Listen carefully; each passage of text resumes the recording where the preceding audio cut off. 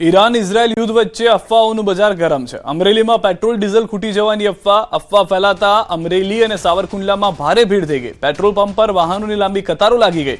ખેડૂતો ટ્રેક્ટર લઈને બેરોલમાં ડીઝલ ભરવા પહોંચી ગયા હતા। સાવરકુંડલામાં ભીડને પગલે સ્ટોક ખૂટી જતા પેટ્રોલ પંપ બંધ। અફવાઓને કારણે પેટ્રોલ પંપ પર ભારે અફરાતફરી। ગ્રામ્ય અને શહેરી વિસ્તારોમાં ટ્રાફિકની સમસ્યા સર્જાઈ। લોકો મોટી સંખ્યામાં ઈંધણ ભરાવવા માટે ઉમટી પડ્યા છે। પરંતુ આપને જણાવી દઈએ કે આવી કોઈ પરિસ્થિતિ અત્યાર સુધી નથી નોંધાઈ। આપ કોઈ પણ વ્યક્તિએ તેલની અછત નથી તેને ધ્યાનમાં રાખીને અફવાઓને બેકદર જોવાની રહેશે। અમે કામ ધંધો મૂકીને ડીઝલ લેવા આવ્યા છે। આ યુદ્ધના કારણે મળે છે। આજે આવ્યું છે 3 દિવસ થયા। ડીઝલ અત્યારે ભરાવે છે, 3 દિવસ ત્યાં નહોતું। અફવાને લઈને પુરવઠા વિભાગની સ્પષ્ટતા। અમરેલીમાં પેટ્રોલ ડીઝલનો પૂરતો સ્ટોક છે। જિલ્લા પુરવઠા અધિકારીની લોકોને અપીલ। હાલમાં તાલુકા મથક પર પૂરતો સ્ટોક છે। લોકોએ અફવાથી દૂર રહેવા અપીલ છે। લોકોએ ખોટી રીતે દોડધામ ન કરવા અપીલ। સંગ્રહખોરી ન કરવા તંત્રએ લોકોને અપીલ કરી છે। હું આપ સૌને એ બાબતથી વાકેફ કરવા માંગુ છું કે જિલ્લાની અંદર આવેલા વિવિધ કંપનીઓના દરેક પેટ્રોલ પંપ ઉપર પૂરતા પ્રમાણમાં પેટ્રોલ તથા ડીઝલનો સ્ટોક અવેલેબલ છે। આથી જાહેર જનતાને વિનંતી કરવા માંગુ છું કે કોઈએ અફવાઓથી ગેરમાર્ગે દોરાવવું નહીં। અફવાઓને કારણે બિનજરૂરી સંગ્રહખોરી કરવી નહીં। તો દ્રશ્યો પણ આપ જોઈ રહ્યા છો। મોટી સંખ્યામાં લોકો પહોંચી ગયા હતા। ઈરાન ઇઝરાયલ યુદ્ધ વચ્ચે ભારતમાં તેલની કમી છે તેવી અફવા ફેલાઈ ગઈ હતી, પરંતુ તેવી કોઈ જ પરિસ્થિતિ નથી। દ્રશ્યો આપ જોઈ રહ્યા છો કે પોતાના વાહન સુધી સીમિત રાખે તેવું પણ નહીં, ટ્રેક્ટરના ટ્રેક્ટર આવી ગયા છે। કેરબાના કેરબા ભરવામાં આવી રહ્યા છે।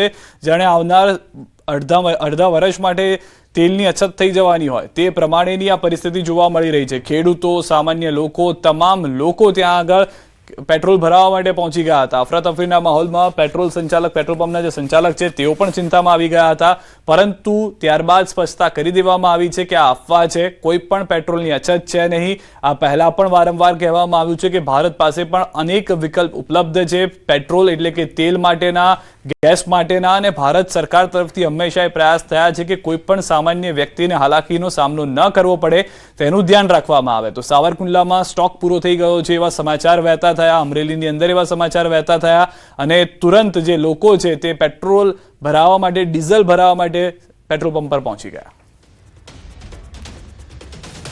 પેટ્રોલ પંપ એસોસિએશન અમરેલીના પ્રમુખ મેહુલભાઈ અમારી સાથે જોડાઈ ગયા છે। મેહુલભાઈ, કોઈક આવી અફવાઓ ફેલાઈ હતી, શું પરિસ્થિતિનું નિર્માણ થઈ ગયું હતું થોડા સમય માટે?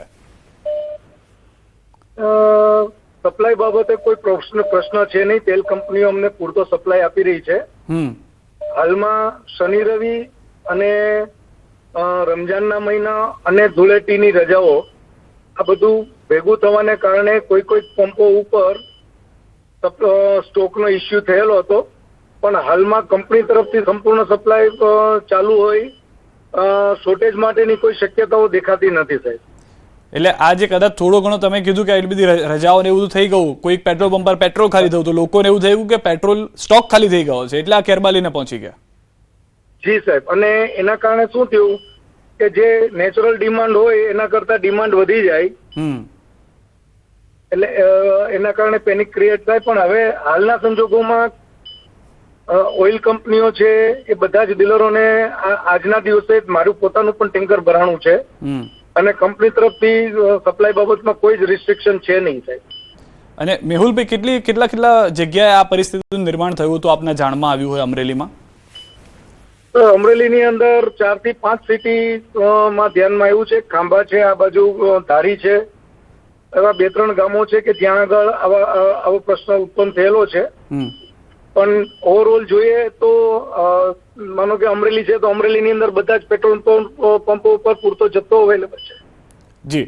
તો હા, એટલે લોકોએ પેનિક થવાની જરૂર નથી। પેટ્રોલ અને ડીઝલનો જથ્થો જે છે એ આપણને પૂરતા પ્રમાણમાં મળી જ રહેવાનો છે।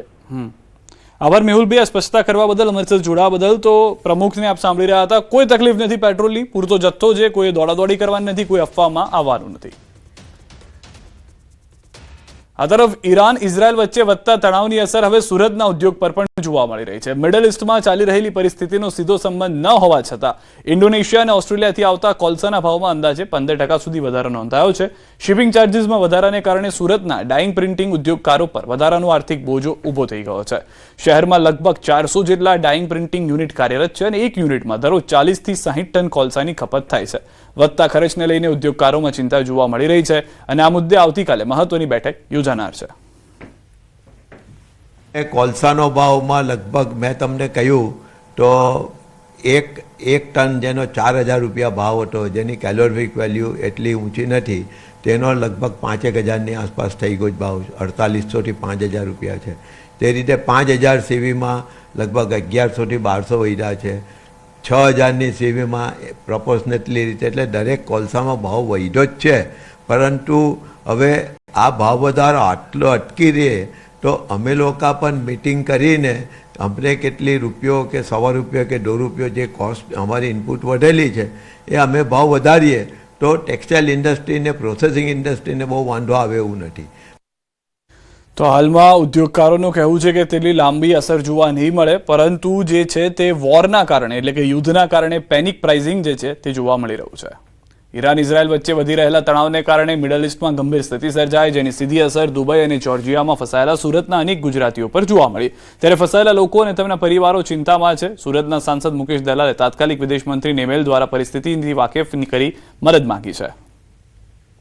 અમેરિકા અને ઇઝરાયલ દ્વારા જે પ્રકારે ખાડી દેશોમાં યુદ્ધ જેવી સ્થિતિ ઊભી થઈ છે, ત્યારે ભારતના અનેક લોકો ફસાય છે. ખાસ કરીને ગુજરાત અને દક્ષિણ ગુજરાતના લોકો છે. ત્યારે કહી શકાય સુરતના સાંસદ મુકેશ દલાલે પત્ર લખ્યો છે સરકારને, જે ફસાયા છે તે લોકોને સહી સલામત લાવવા માટે. આપણી સાથે સાંસદ મુકેશભાઈ દલાલ છે. મુકેશભાઈ, જે લોકો ફસાયા છે તેઓએ કેવી રીતે આપનો સંપર્ક કર્યો, આપે સરકારને શું રજૂઆત કરી છે અને જે લોકો ફસાયા છે એને લાવવા માટે હવે કયા પ્રકારની કામગીરી? આશરે 41 લોકોની રજૂઆત મારી પાસે આવી હતી.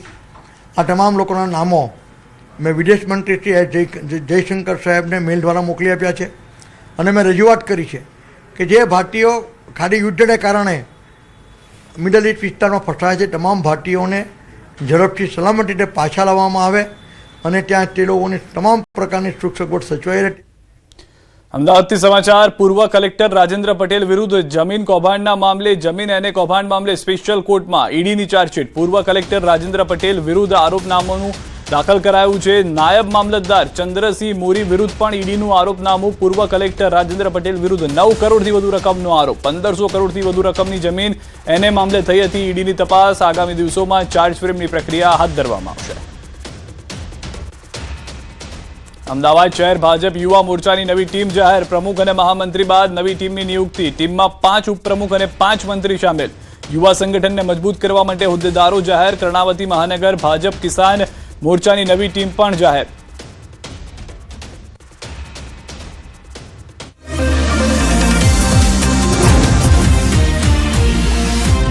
ગુજરાત સહિત સમગ્ર દેશમાં ધૂળેટીના પર્વની ધામધૂમથી ઉજવણી કરવામાં આવી. રાજ્યના ક્લબ, સોસાયટી, પાર્ટી પ્લોટ અને ગાર્ડનમાં રંગોની રમઝટ જામી હતી. વહેલી સવારથી જ યુવા હૈયાઓ ગાર્ડન, ક્લબ અને પાર્ટી પ્લોટમાં રંગોત્સવની ઉજવણી કરવા પહોંચી ગયા હતા. ડીજેના તાલે, ઢોલના ઠપકારે, શરણાઈના સૂરે હોંશે હોંશે ગુજ્જુઓ તહેવારને પણ પોતાની આગવી સ્ટાઇલથી ઉજવી રહ્યા છે. ત્યારે અમદાવાદના private pool, organic colour, water tanker, rain dance, colour